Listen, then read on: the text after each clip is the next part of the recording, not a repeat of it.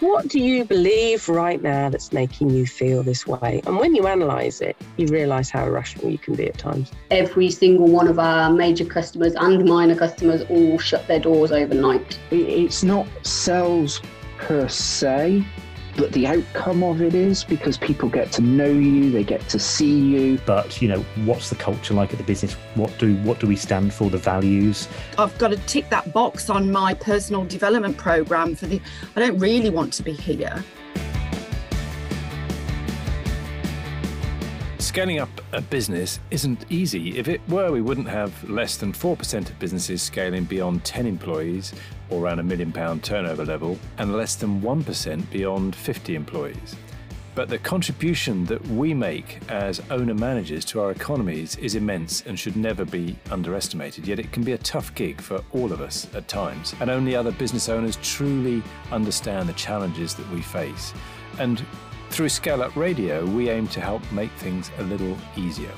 We interview guests who have been where you are now and may have faced some of the challenges that you are facing.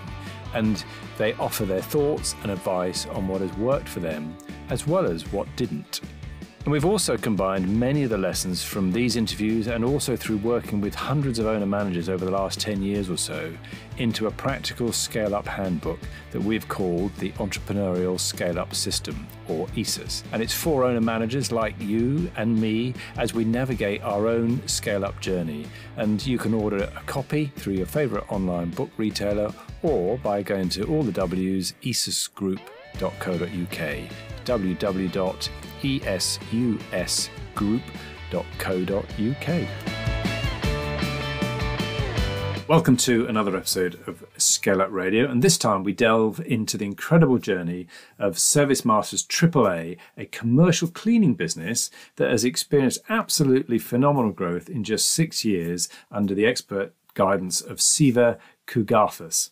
And Siva is an experienced franchise business professional, and he shares how he turned around an existing franchise with apparently limited growth potential by focusing on sales, expanding his team, and adopting a really flexible approach. And he achieved absolutely phenomenal revenue growth. And we discover how he strategically targeted a wide range of clients, outsourced his lead generation, and expanded his franchise through acquiring new territories and new businesses. And we learn valuable insights into how he goes about valuing and what he looks for and when he's acquiring a new territory, about integrating them within his business, and implementing performance-related bonuses for his cleaners and the rest of his staff. So don't miss this fascinating episode as we unravel the story behind Service Masters AAA and gain incredibly valuable insights into scaling up within the cleaning industry. But all of these lessons are applicable whatever industry that you might be in. So get ready to be inspired and learn Siva's strategies for success. Welcome to another episode of ScaleUp Radio. I'm here today with Siva Kugathas, who is the MD of Service Masters AAA. So Siva, welcome. Thank you very much. Good. And we've overcome some of the internet problems to get started. So yes. It's always happen at the last minute. Sometimes something goes wrong. It's what you want, isn't it? Yeah, all day. And then just as you get onto a webinar where you need to have it onto a connection, you need to have it, the whole building goes down. So there we go. Exactly. Anyway, welcome. So tell us about Service Masters AAA. So what's that all about? There was an existing franchisee in Guildford who had 17 employees, and the turnover was just around 50,000. We bought the business back in 2017, January. So in 6.5 years, we now got over 900 employees, and current our turnover is just over 6 million. Absolutely phenomenal growth. We had good ride so far. So that's what we know. We're really pleased with the results. And there was no manager at all in the business. Now we got over 25 managers in the business. What we do is commercial cleaning. So anything from cleaning office, schools, nurseries, medical practices, golf club, hotels, anything you mean it, anything commercial cleaning, we're there. And what makes you different, do you think? What's enabled you to have that phenomenal success in a relatively short period of time? I think from the day when I was hungry for results and I wanted to grow the business, and I showed the right attitude from the day one with a setup system such as Service Master enabled me to grow fast as I want. There's plenty of businesses out there who need cleaning. And as long as we have the right attitude, then we go client. So whereas I think the failure previously, the business was running for over 25 years then. So you could see the difference that we have made in 6 years. That business was running over 25 years. So we are prepared, I was from the day one prepared to do anything what customer wanted. If customer want the cleaning to be done in their way, we are happy to adapt to do that. And also on those days, they were just wanted to clean the office, nothing else. So we are expanded to every business. Especially hotels and medical practice come with a lot of challenges, as well as schools. We were all open for everything. So you name it, if the client wants half an hour a week cleaning, we can do that. And currently, we just now did a massive clean in a week. We did over 2,000 hours for one client. Goodness, right. So yeah, it was a high-end wedding in the country. So we worked for a week. I mean, the existing client, but in a week, we serviced 2,000 man hours. So we were prepared to do that. And that's hard work, my team is behind all the success. And yeah, I'm glad that I got a good team with me. So what are some of the challenges then what are some of the trends and some of the challenges that are going on in the cleaning industry, commercial cleaning? Currently, it's staffing, recruitment, and retaining them. As you see, since Brexit, we really struggle for recruiting people because cleaners, as it's not the glamorous job, and majority of our staff are part-timers. So it's ideal for a family, mom or dad to come in the evening and do 3-4 hours or 2 hours, earn some extra money. That's the way traditionally cleaning is done. As we are rapidly growing, we need to recruit more staff and the retention of them. See, we kind of pitch ourselves there or thereabout minimum wages.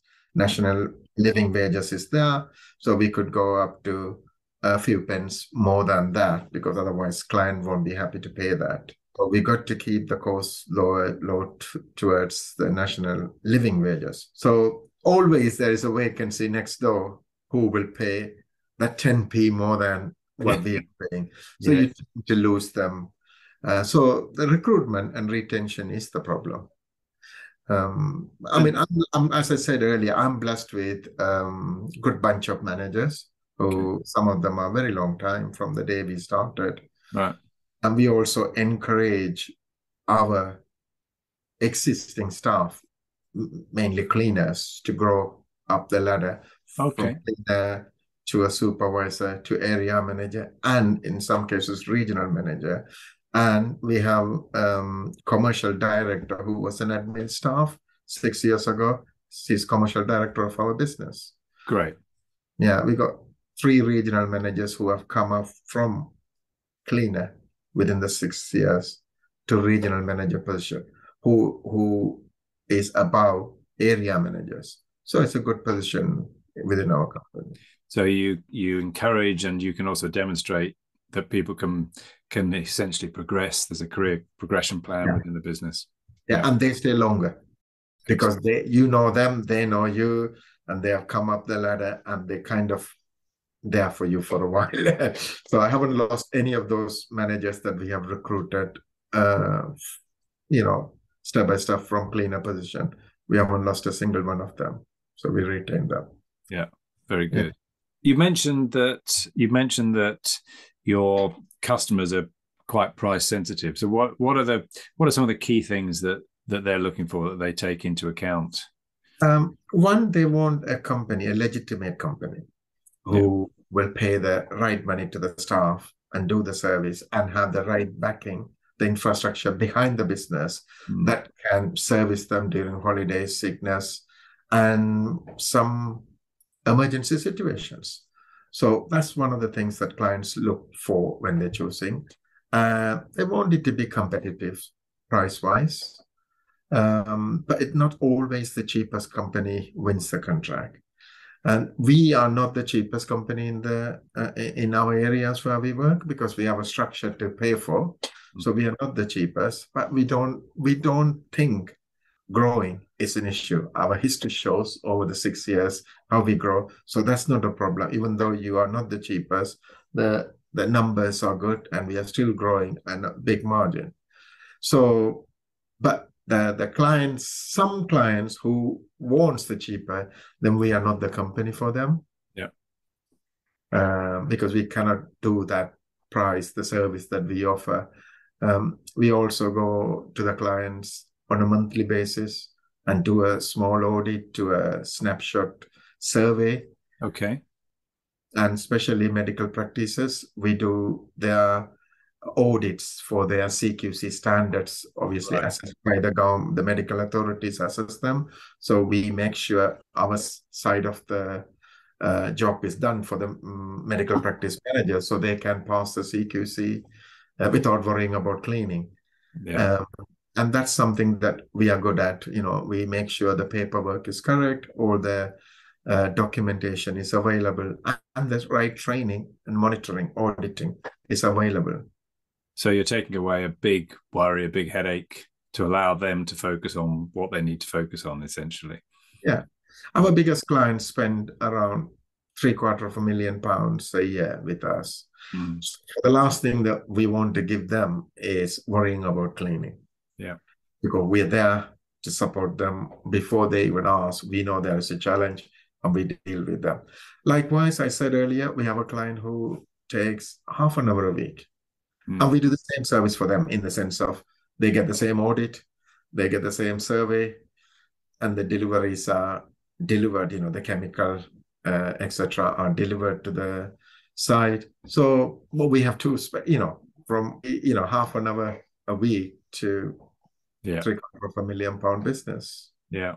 Oh, incredible spread. So take us back to 2017 then, when you decided to buy into the franchise. Take us through your thinking. What led you to want to buy into this sector? I have worked for over 20 years for a franchise business on both sides. I was initially working for the franchisor on a senior position. Then I moved to work for a franchisee, and I did senior managerial roles. So I understand franchising inside out, because a lot of time, 25 years. Yes. So my family circumstances changed, and I couldn't do that job because I was traveling out of the country a lot. So I couldn't do that. So I was looking for a business that I could take it to the next level with experience. So I tried a couple of things, smaller businesses. Didn't work out. While I had those businesses, I came across this Guildford franchise up for sale. So I did my due diligence about the business. And one thing that I learned about Service Master, there is low limitation on growth. Okay. Because there's plenty of business out there. You could tap into every one of them if you had the will to do that. And if you are going to give the effort, deliver what you promise, there's plenty out there. So I always say, how big is your bucket to go and grab the water from the sea? Right. If you have several big buckets, you can get more water out. Yes. You only have one little pot, that's all the water you can take home. So that's the way I feel about our industry. So then I thought, okay, is that one of my questions? So how big can I grow? Well, you can grow as big as you want. So if you can grow as big as you want, if you have a retail unit, just, there's only a certain limitation clients you can serve in a day. But with us, as long as you have the people to service, there's no limitation. We haven't got the door to close and open.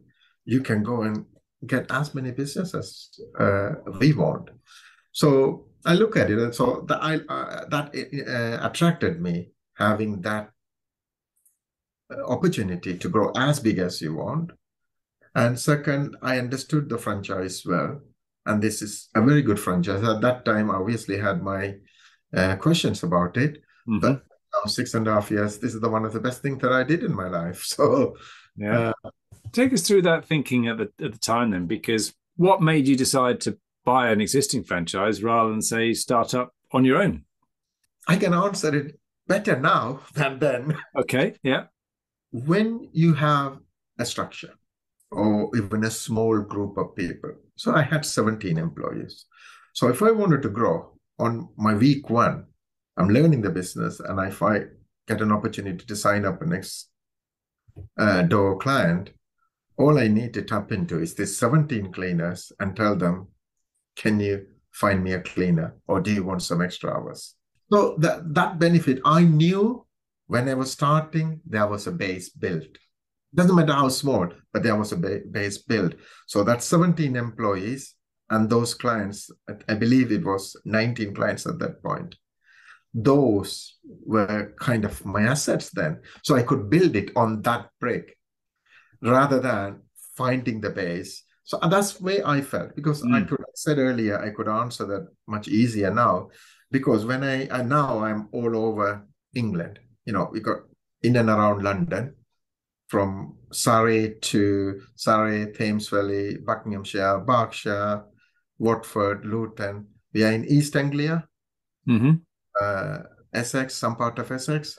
We also do service Kent, Yorkshire, Lincolnshire, Doncaster, Humberside. Also, we look after Lancashire as well now. So when I was buying these different territories, when there was no business, I struggled to grow. When there is already a base, imagine there's 10 staff or 20 staff, and I put a structure there. Because normally when I buy that territories, it's the owner run or it's subcontracted territories.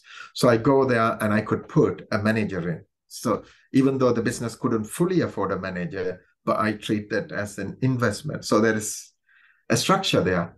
Once you have a structure, it's easy to grow. Imagine if I didn't have these managers, how would we be running from where we are in Surrey to in East Anglia? You know, it's about 3 hours drive down there. So it's harder. So that's what I preferred, a business with some basic, and also in another way, financially, you know you're going to get X amount of money in your bank this month, and your expenses is this. So anything that over and above is going to grow.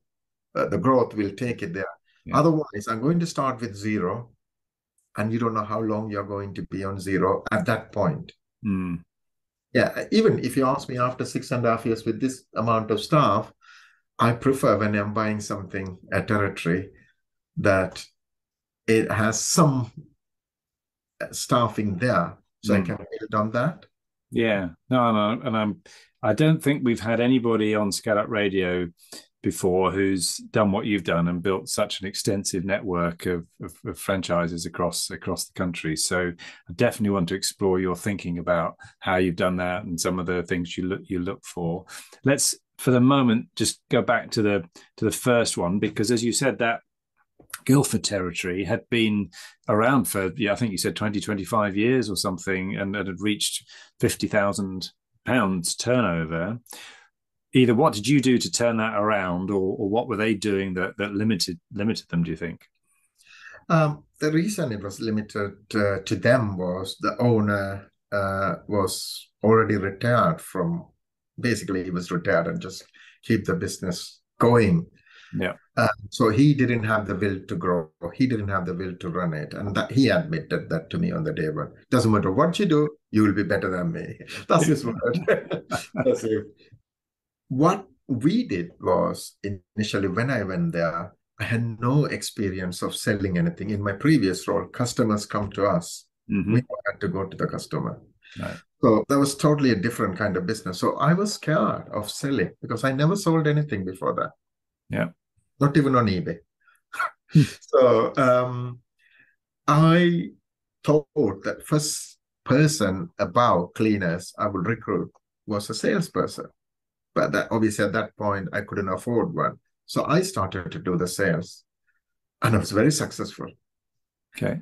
And it became contagious. I wanted more and more and more. And I recruited area manager, office staff, number of area managers, general manager. Then only I looked at getting the salesperson, because it became too much, because I was enjoying the sales so much. Okay. So I did not want to give that away to somebody at that point. Yeah. So I wanted to come to a very strong position with the sale. And I still, when I recruited the first salesperson, I still continued to do my sales for a while, because a job that I could not leave it away, because that was the moral booster for me. I enjoy getting that call or email saying you have got that contract. So that's the attitude I had. So we grow. I mean, I'm just going to show you this very briefly. Can you see? I can see a chart with the top line is going up like it's your typical hockey stick growth. So that's my this year growth. Right. And the bottom one is the year 1, year 2. Then we had a hit with the COVID, as you can see. Right. And then we never look back. Look at this year. It's just, we're going to, well, obviously that territory is not, it's not going to continue as it is. Yes. But as I said, I told you we had some big event to service last month. So it just helped me with that. But that overall, if you look year on year there, I know you didn't have a good chance of seeing that, but it really growing that, because we have the attitude to that. And we service the client. Whatever we promise them, we do it. If you can't do it, we don't promise. We walk away from the situation. Because sometimes it is it's not fair on clients that you promise and you let them down. Then, our revenue will be like that. Mm. We don't want that. I don't mind not to have the client, but as long as we can deliver what they want, then we will take them. Okay, great. So how did you go about the sales? You've got some quite clear types of companies now that you say you work with. Was that there at the beginning, or has that come from you as to deciding which? Anything and everything. What I changed, it was only office building was serviced. Then I come and change that attitude to anything and everything. Anybody want commercial cleaning, we will deliver it. So that's the way we started it. At that time, we had no vehicles in the company. I know I got the list last week. We got 42 vehicles now. So you can just imagine that the growth it happened because of that attitude we just said. And then we settled down, certain clients, we don't want them. Okay. Various reasons, commercial reasons, moral reasons, we don't want them. Mm-hmm. But then there was plenty of people out there, businesses out there who are our liking, general office, the medical practices, the hotels, pubs, golf club, rugby club, football club. We got a wide variety of clients, yeah. Mm. And what's made you so successful in the sales? Oh, I had to. That was the things. I had to. I had no choice. If I want the business to be successful, I needed to grow. So I had to do it. I didn't have any other choice other than to do it. So when I did it well. So that's why the snowball effect came in. If I could do that well, all I need is, I don't go off when I get my salespeople. I don't want experienced people. Experienced salesperson come and tell you, we will do wonders for your business. They will do A, B, C, D, and they will go beyond that. But what I look for is somebody with the right attitude, like me, willing to do it. That's all I want. Okay. I can train them how to do it. I just look for the attitude. Mm-hmm. Once the attitude is right, it's just picking exercise. Do you have this? And then if they go and present that to the customer, you win it with the right attitude. But I can't train the attitude, see? Yes, absolutely. So I look for the people with no experience in sales. Right. And I didn't have one. Yep. So that's my model that I come for. Yeah, and also I change the course in traditionally in our industry. What they try and do is hire a salesperson to go and find their own leads. Mhm. That's a big place that you can get lost. Okay. Finding lead is a tough one in any business. Yeah. Because you spend hours and hours sending emails, taking telephone calls. And it's a negative role in my view, because you hear a lot of no's. So what I have done, once I build it up to a certain level, I stop doing that, finding leads. I get a third party, I pay the premium to get the lead. So there's no negative in my business. Yeah. Everything is positive. Obviously you're going to get some no's, but it's not in a day you get 99 no's and 1 yes. I'd rather prefer 50 no's and 50 yes. Yes. Sorry, not 50, 1 no and 1 yes in a day. So it's not so demoralizing you when you hear 1 no. If you have heard 99 no's in a day, that could really depress you. So you've recognized that really that lead generation skill is a real skill and not necessarily one that you need to have within your business. So you're quite happy to pay on a per lead sort of basis to outsource it. Yeah, exactly. Outsource the leads. And we get kind of hitting around 100 leads a month. Yeah. 80 to 100. On a good month, we'll get 100. On a bad month, it could be 60. So averaging around 80 leads a month. Yeah. And that's what you've described there. A lot of business owners have explored that route, tried to get that to work using an outsourced telemarketing company or direct marketing company to generate the leads. And not everybody's found it successful. So what have you learned from what you've done to make that successful? Every campaign I do, I have a tracker for that. How much money I spend, how much money revenue I generated. Yeah. Every pound I gain in sense of revenue, I take it to pence. How much did it cost me? The lower the pence cost is more successful. I have a whole lot of campaigns I did, and anything come on the top, which the lowest pence per pound. So I keep on going to that campaigns. Yes. So if a campaign, currently my in-house telemarketing team, it's poor. That's something that we are not doing good at it, because I'm not somebody come from that background. The people who are not doing a great job of it. So I have trimmed that down, because I have put them in a different roles within the company, because it's costing us as much as we gain. So what's the point of having that? Yes. If we earn £1 and we are spending £1 on that, what's the benefit? Yes. But I still like to have 1 or 2 different venues for growth. So it's still there. I have limited that. Instead, I buy it from external. Yeah. They are expert and they manage their team well and they produce the results. It probably will cost me, if you look at it, if my team is very efficient and if we manage it well, probably it'll be cheaper.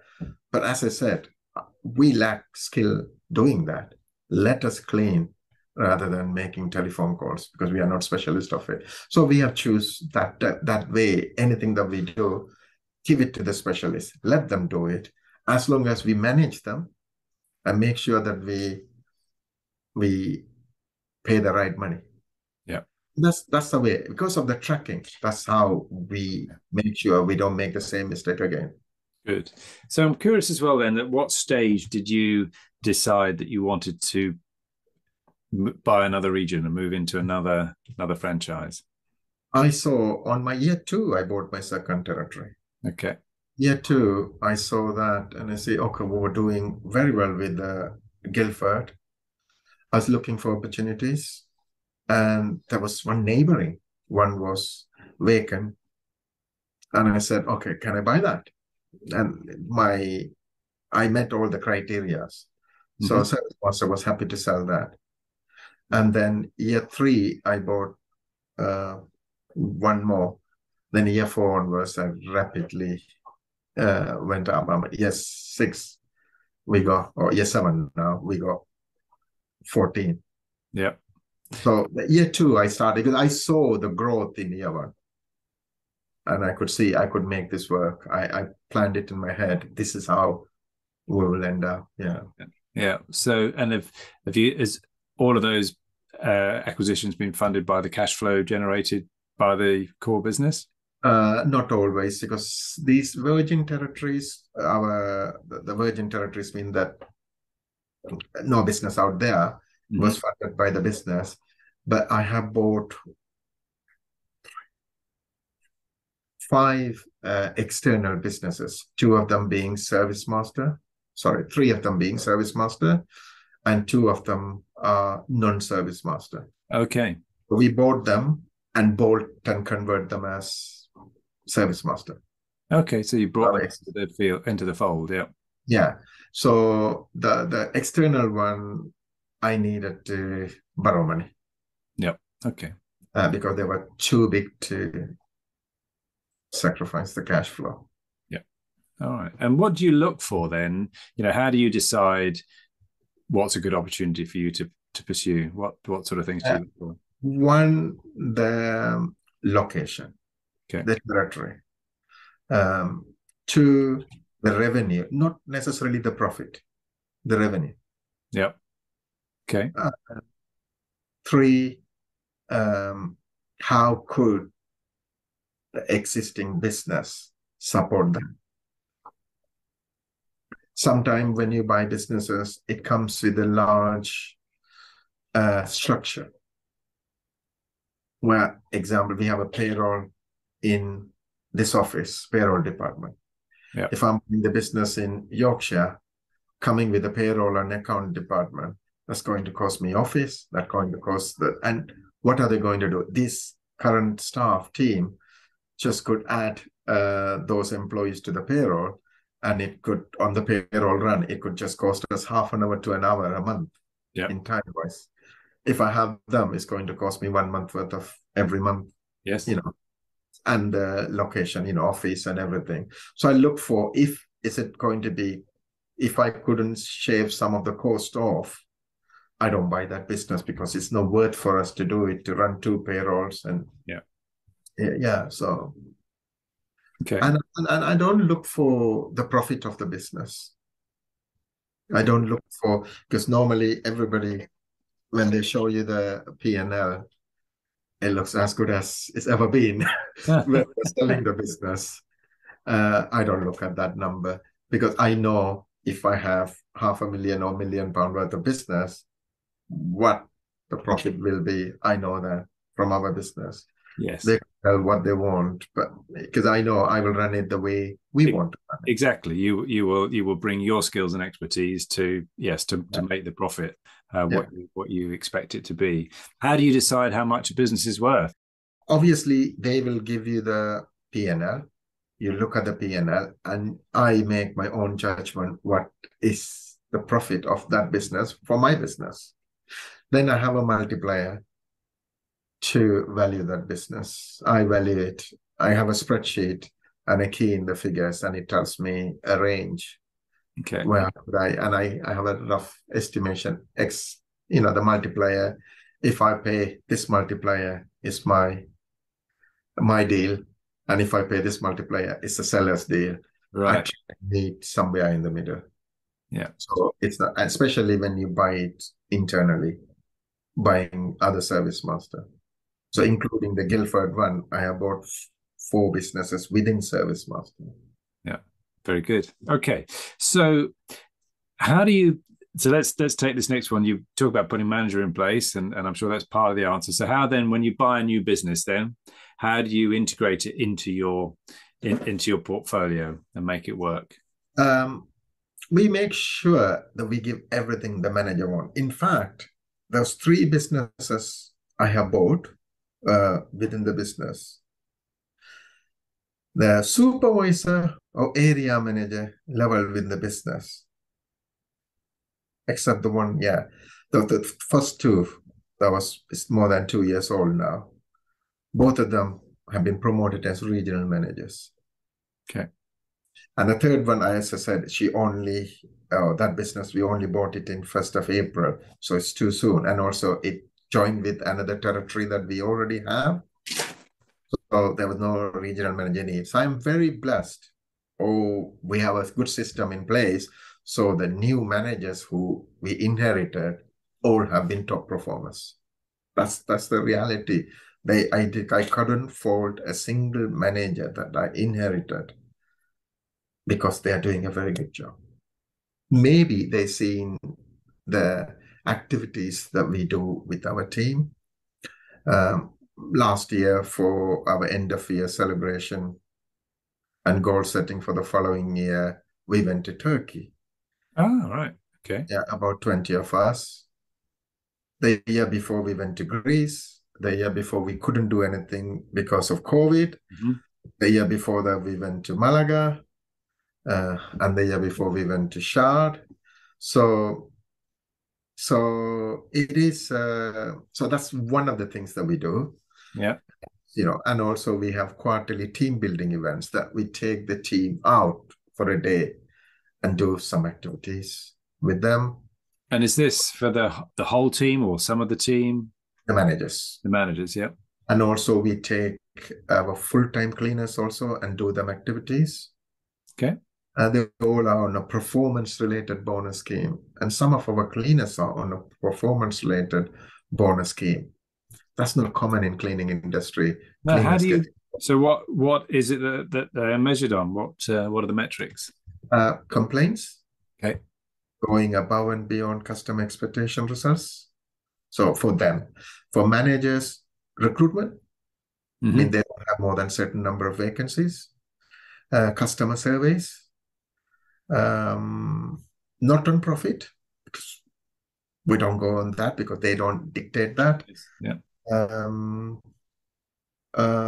We got another survey that we do through a third party called Tel Service Master. We use that. Also, non-attendance. So if site, imagine your office we're supposed to clean. Yeah. Last night, cleaner called in sick. Oh, cleaner sick.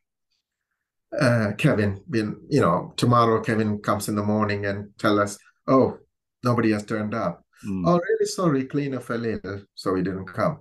But that doesn't make any difference to you, Kevin, and your clients or your staff. But what we have put is non-attendance. We don't do negative way, but we do in a positive way. If you didn't have non-attendance,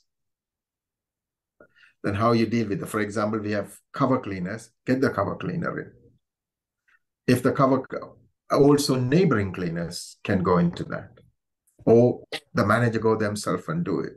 So when they do things like that, if you get 100% attendance, they get X amount of money. If they get 98% attendance to their sites, they get X amount of money.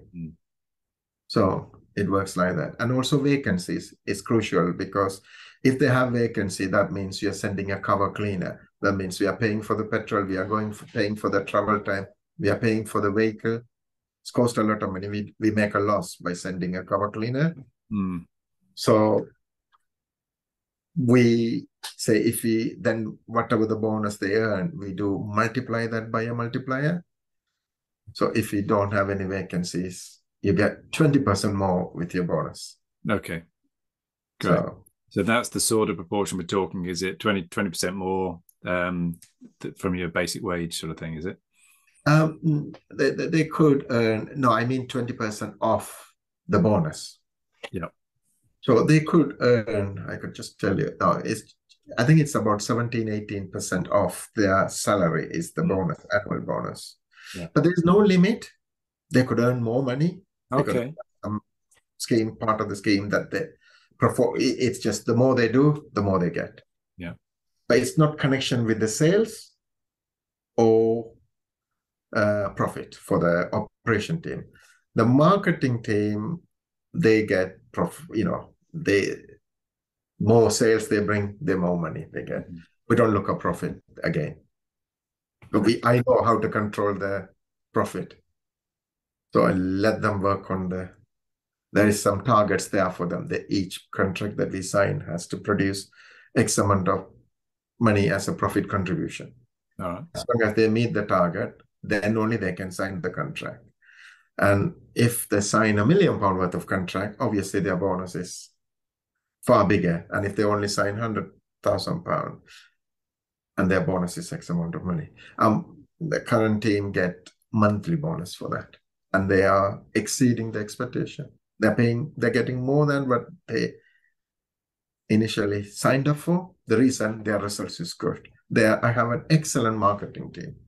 Very good. Sales team who produce these results. That's why our results are good. Because they bring in the sales, our operation team deliver above and beyond. I'm sitting comfortably. Great. And keeping on the people theme, how have you structured it then so that you can keep control of everything? You've divulged the day-to-day operations, but how's the structure look roughly? So I sit on the top along with commercial director. She heads up the office team, plus she deals with the regional managers. As I told you earlier, we are all over the country. We have 5 regions and we got 5 regional managers. Yeah. Each regional manager has an area manager, or not one. In Guildford, we have 4 area managers underneath. So each regional manager has area managers. Yeah. Then the area managers have these cover cleaners, which are full-time cleaners, plus they are cleaners. So this is how we structure. Yeah. Then marketing side, we go marketing, head of marketing. Underneath that, business development managers. Then office is just admin team, payroll, office manager, telesales, and general admin. Yeah, very good. So what surprised you over the last 6 years or so of running the business? You know, what's caught you by surprise with looking back on it? Oh, the sales wasn't as bad as I expected. That was a surprise to me. I honestly thought I couldn't sell because I never sold anything. That was the biggest surprise for me in this business. That somebody with no experience can come and sell. I can only sell one thing, attitude. I had the attitude and I had the hunger to sell. But rest of them, you know, I come from similar, not cleaning industry, but similar kind of employees that I managed previously.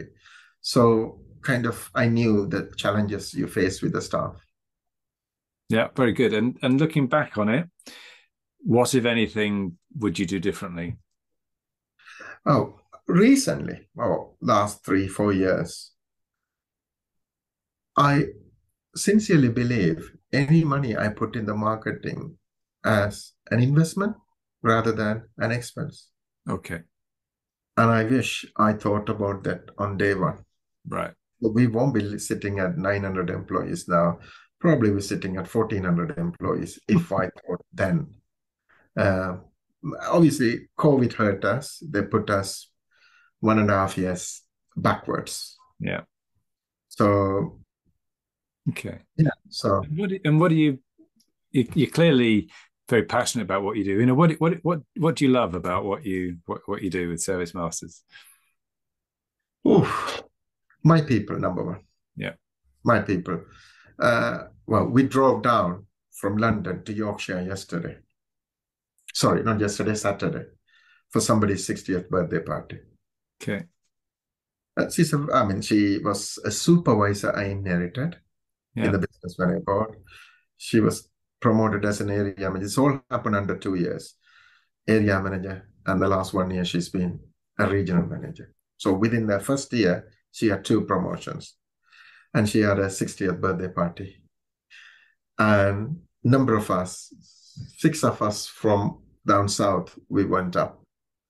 I enjoy that. Going out, meeting my people, my team, celebrating with them. We have won countless awards. Since year 1, I didn't win a single award in year 1. In this 5.5 years, I have gone over 100 awards at the moment, 102. 100 awards. 102. About 57 of them are Service Master in-house awards, various awards all sitting here. Yeah. 2 years ago, I won Small Medium Enterprise, was at Wembley. We won the Business Person of the Year award. Yeah. In the last 5 years, which is 6 completed years, right? Yeah. First year, I wasn't entitled to win this award because I was a rookie then. So I won the Rookie of the Year. The next 5 years, I won the Franchisee of the Year award from Service Master 4 times. Yeah. And my COVID year, I won the second prize. So in 5 years, we won 4 times the top award and 1 year second award. I'm hoping I'll hit the hat trick this year. Because last 2 years we won it and I want to hit it. So we had 2 years winning the award, then the second award. The last 2 years we won the top award, and I want to win this year. Brilliant. The Franchisee of the Year again. Good. And what's the legacy you want to leave? What's the long-term aim? A happy team, and my team to take over the business with possibly my son or daughter joining the team. My son will be joining us at some point. He got his own business, but on a part-time basis because I'm over 50 now. I got possibly another 10 years in the business. So I want to leave it with that. But as I said, one of my admin staff 6 years ago, she has become a commercial director. So I want to leave the business in my employees. Excellent. So you got 900 employees now. Then what's 5 years' time? Where do you want to be? 2,000 employees. 2,000, right? 2,000 employees in the next 5 years. That's my target. 2,000 employees with revenue well over. In 4 years, we want to hit 10 million. And I think the revenue part, we will be fine. So if we had that revenue, we need to do a bit more to get the 2,000 employees. So that's not enough to get the 2,000 employees. So we need to do more. But that's in my radar that I have a number of campaigns I planned over the next couple of years. How will we get there? So we will get there. Love it. No, I've really enjoyed this conversation. It's been an absolute delight to have you on and to hear about how you've gone from business that many people would have said, 50k a year, that's not too bad, maybe I could make it 100k or something like that, and you've really taken that by storm. I also like it because it's nice for me occasionally, because I interview people with high-tech businesses and all of these clever things. And, one of the things I love about what you've done is you've taken an industry which essentially is low-tech and some people might regard as not being very exciting, but you've made it exciting and you've shown how you can make a really good, strong business by working on some of the core fundamental things like attitude and looking after your people. So thank you very much for coming on today, Siva. That's great. Are you up for 1 or 2 quick fire questions just before we close? Yeah. Good. So if you could go back to your younger self, what advice would you give yourself? Wise as now. I used to get into very much detail and worry about things. Now it doesn't bother me. It's business. It takes, whatever happens, it happens. You can't change it, but make sure you don't make that, happen next time. Yeah. So I'm very good at that now. So very good. Any books or podcasts or anything that you'd recommend our listeners to have a look at? I'm not a reader. Yeah. Not. If I'm anything I'm reading about my business. Yeah. So good. I'm not sorry. I couldn't help that. That's all right. Don't worry. Are there any apps? What do you have on your phone? What sort of apps or bits of technology do you love to use? So our software, how we run the business is on our. I don't have to use it, but I'm always on it. A software called CleanLink that we manage the business. It manages the customers, manages the cleaners, manages the finance. Yeah. So that's something that I really work on. And it's WhatsApp is something that very much WhatsApp very much useful and widely used within our business for communication purpose. WhatsApp, did you say? Yeah, that's correct. Good. And the software, is that something that you've developed within your fortune, or is that something that It's external. It's a tool produced by cleaning company to support cleaners, and it's quite old software. So it's not modern. Yeah. Okay, great. Who's had the most influence on you as a leader, would you say? A guy called Mark Fox, who was my boss in my KFC time. Right. He was area manager. I was a manager. So we both grew within KFC. Okay. And he became Europe's CEO for Europe for KFC, Pizza Hut, and Taco Bell. Okay. And then he went on to CEO for Starbucks. And then he has moved on from there. So his growth in his business life was mammoth. Yeah, absolutely. And I saw that happening. He influenced me. Yeah. But looking at him, yeah, he can do that. Yeah, very good. Good. And you've kind of touched on it already, but what's your most successful lead generation tactic for generating new leads? Currently, my most successful one is recommendation, but we shouldn't count that because that's not we are doing, let's reward for what the work you do. But we use a number of platforms to generate leads. And that's actually, the reward of that is really, really great. Okay. And these are the sort of external platforms you were referring external to? Platforms, yes. Yeah. Okay.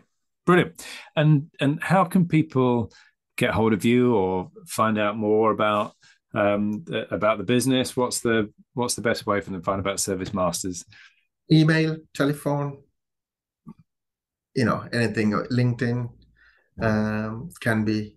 I can be contacted. I'm very good with my phone. I don't miss many phone calls. Brilliant. And I'm very good with my emails too. So, my mobile number, office number, or my email address. Super. That's fantastic. And after our initial concerns over the internet connection, we've managed to get through without any further problems. Yeah, I'm surprised too. It didn't look good. No, and I'm delighted we managed to do that, Siva, because it's been an absolute pleasure to interview you and to hear about your experiences and what you've done with the business. So thank you very much for being my guest on ScaleUp Radio today. Thank you, and it's been a pleasure talking to you for the last hour or so. I hope you enjoyed that discussion, and if you're building and scaling your own business, you might well be interested in our book, The Entrepreneurial Scale-Up System. And it's exactly what it says on the tin. It's a practical handbook around scaling a business in a structured way. And you can order a copy on all your favorite online retailers, including an audio version, or you can find it and other supporting resources on our website, www.esusgroup.co.uk. That's esusgroup.co.uk, which is esusgroup.co.uk.